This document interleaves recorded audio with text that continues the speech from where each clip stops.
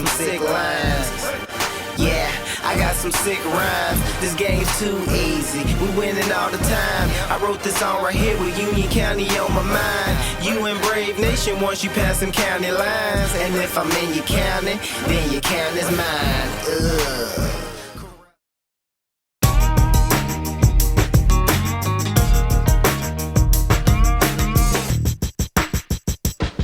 Welcome back, Union County High School athletics fans. We are joined in this segment of This Week in Brave Nation.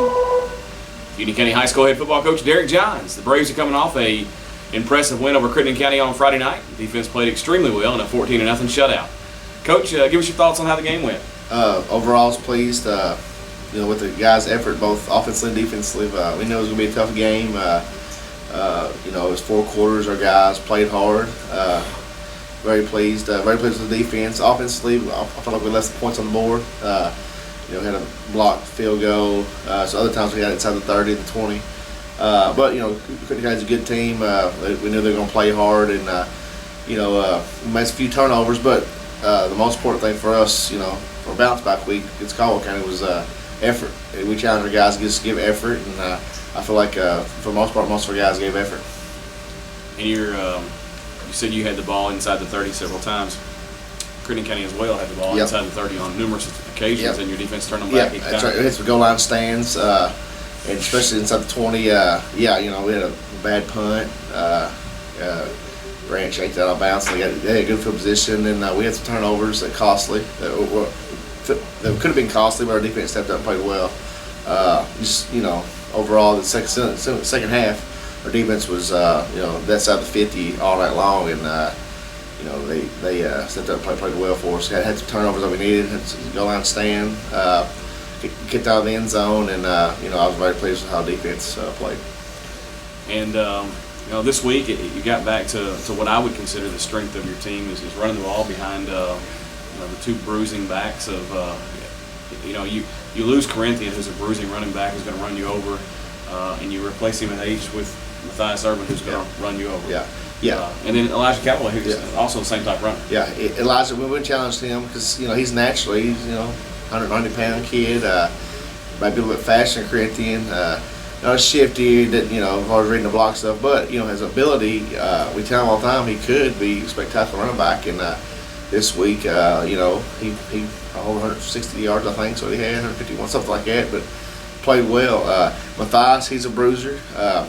We're working on him because he didn't have to take all the hits he takes. In film, the holes are outside. He's, which it's great to see him because he's not scared of contact for sure, but he takes it. But a lot of those times he don't take hits, he can avoid them, and then there's more yards for it. But like I said, he's learning how to play the position, and he stepped in well for us. But there's if he gets correct where he can read the blocks, read the holes, he can be that much more effective for us. But we challenged. Watching film, I was mad at myself because I felt like I couldn't believe how many times we ran the ball against Caldwell County, and I blame that on myself because our strength is run and set up. I thought Gabe, for only 3 days of practice at the quarterback position all year long, I thought he managed the game well. I didn't want to throw him out there and throw it 20, 25, 30 times because it wouldn't be fair for him. But just get him in positions that benefit for him, and I thought for the most part he did a pretty good job.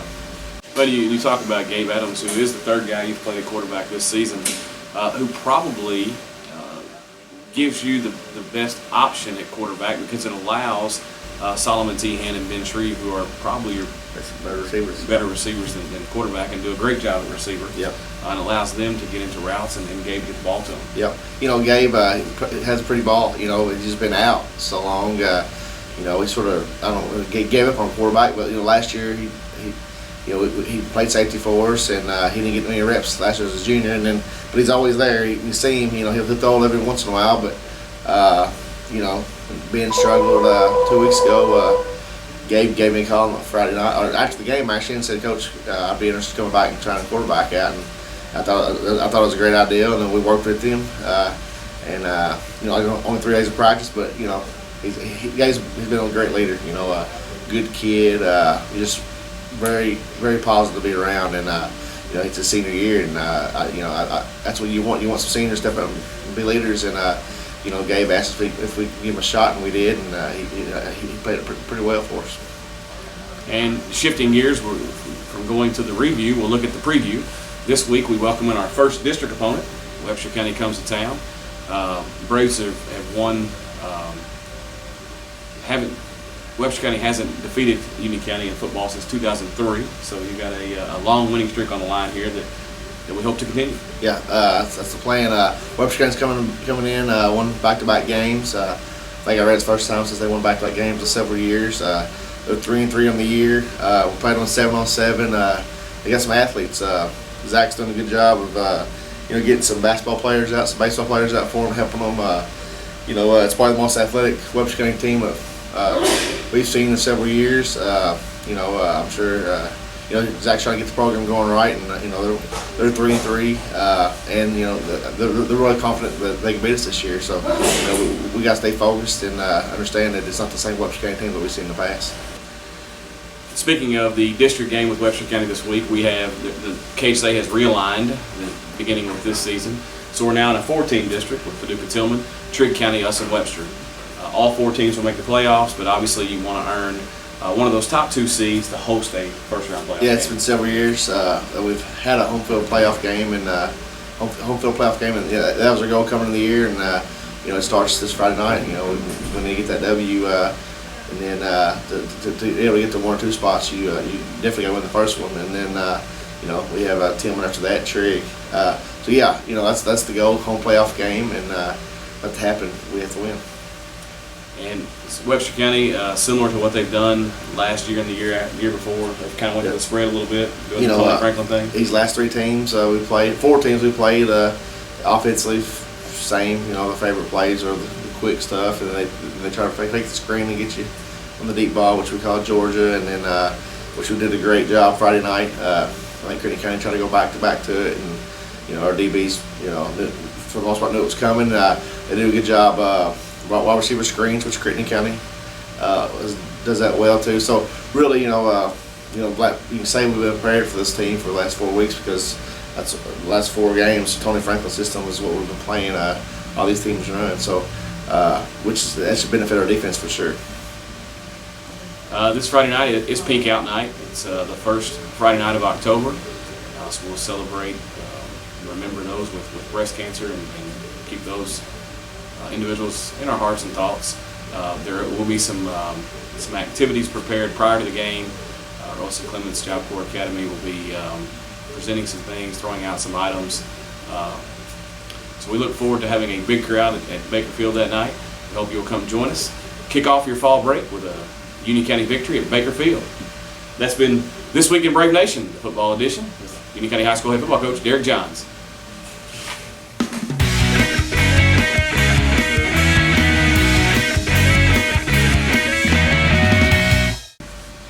Hello again, Brave Nation. We're back with Union County High School head soccer coach Alicia Elliott. We're going to review last week and talk about what's coming up this week. The Bravettes are coming off a big senior night win over Crittenden County. Coach, tell us about the week. Well, last time we saw each other, it was on Thursday, and that night we lost 2-5, but then we turned around Tuesday and we won 5-2. So Thursday's night game was against Hobbs County Central. Olivia Wheatley had to go, and Jordan Bamler had to go, and Gabby Vincent had the assist for that go, and Jordan had the other assist for the go. And then for Crittenden County was a very exciting game. They played that second half was absolutely amazing. We were actually down by a go when we came out halftime, and we ended up pulling a 5-2 win by the end of the second half. 4 goals were scored by Olivia Wheatley, and 1 goal was scored by Jordan Bamler. The assists were 2 assists by Jordan Bamler, 2 assists by Lauren Hagan, and 1 assist by Anna Irvin. And we are very excited to have Anna Irvin back. She hasn't been with us for a couple of weeks due to an injury, and she played an amazing game, and we were all very excited and pumped up to have her. And it's good that she could be on the field for senior night. Yes. As you recognized your 7 seniors last night. Yes, it definitely was, and she played a heck of a game. She wasn't only recognized, but she came back, with power. And this week you've got Christian County tonight. at Christian County. Correct. Do you know anything about the Lady Colonels? We've played them before. Usually it's a close game between us and Christian County. In the past years, we've tied them. We've also, I think, won by one or lost by one over the past years. It's always a close game. So we're hoping to pull off a win on that and come in hard and with a winning streak when we go into districts. Sounds good. The district tournament, as she mentioned, will start Monday night. Webster County and Union County girls will play at 6 p.m. Monday night. That's the opening game of the girls. On Tuesday night at 5:30, we'll have the girls' championship game between the Union Webster winner and Henderson County, and the boys' championship game at 7:30 p.m. Henderson County and Webster County. So we hope you will come out and join us for the district tournament. We've got the opening round game of the girls on Monday at 6, the girls' championship on Tuesday at 5:30, the boys' championship on Tuesday at 7:30. Coach, anything about Webster County? Webster County has always been our big rival. This year, the first time we played them, we had our whole team and we lost by 1 point. It was a very close game. The second time we played them wasn't as close though because we just lost Anna Irvin and we weren't ready for that. It was the very next game after that. So now we got her back and our team now has had more practice and I'm expecting to hoping to win. It'll at least be close. It'll definitely be a close match. There you have it, Brave Nation. We're going to have a great game for the opening round of the district tournament. Come out and enjoy some Union County Braveheads soccer on fall break. Monday night, 6 p.m., Union County High School. Thank you for this segment with Union County High School head soccer coach Alicia Elliott. Thank you.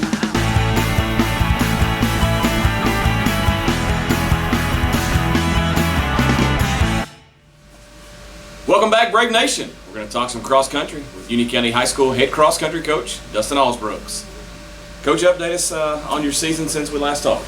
Yeah, this past Saturday we went to Marshall County, which is where the regional course is. So there is, at that race, there was 45 teams, several of which were out of state from Missouri and Tennessee. So it was a lot of good competition, and most importantly, there were teams from our region there. And I gotta say, I walked away very, very pleased with how the kids did. Garrett Sheffer ran a season best time of a 19:03 and came in 50th out of 268 boy runners, and Will Gentry also, he didn't run a season best time, but he ran a course PR of a 23 on Marshall County's course, and he placed in 75th out of 268 runners. So I was really happy with both the boys, and we didn't have any girl varsity runners this past weekend, but I was real happy with both the boys.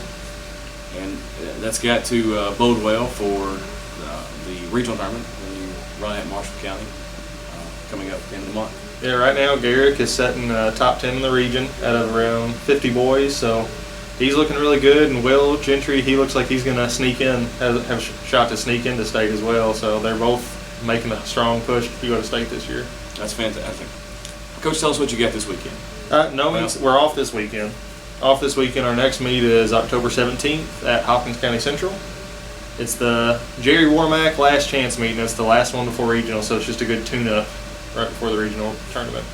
So we're going to give the kids some rest, fall break. Yeah, they have some workouts they're supposed to do, but told them just to kind of take it easy and use it as a bit of recovery. So we'll look forward to seeing your team back in action at Hopkins Central on the 17th, and then again against the regional tournament at Marshall County High School. Best of luck to the cross-country runners, and thanks again to Coach Alsbrooks for his time this week. And that's the cross-country segment of This Week in Brave Nation.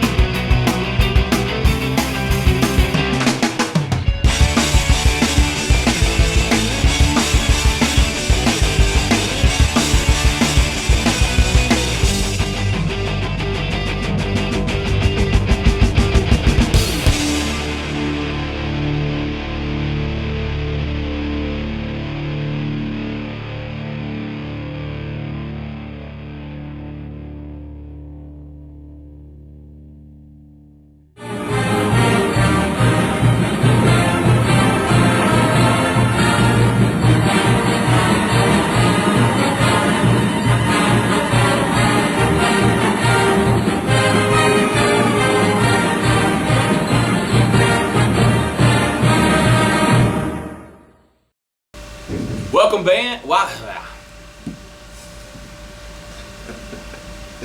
See, man. Yeah, I don't want to say it.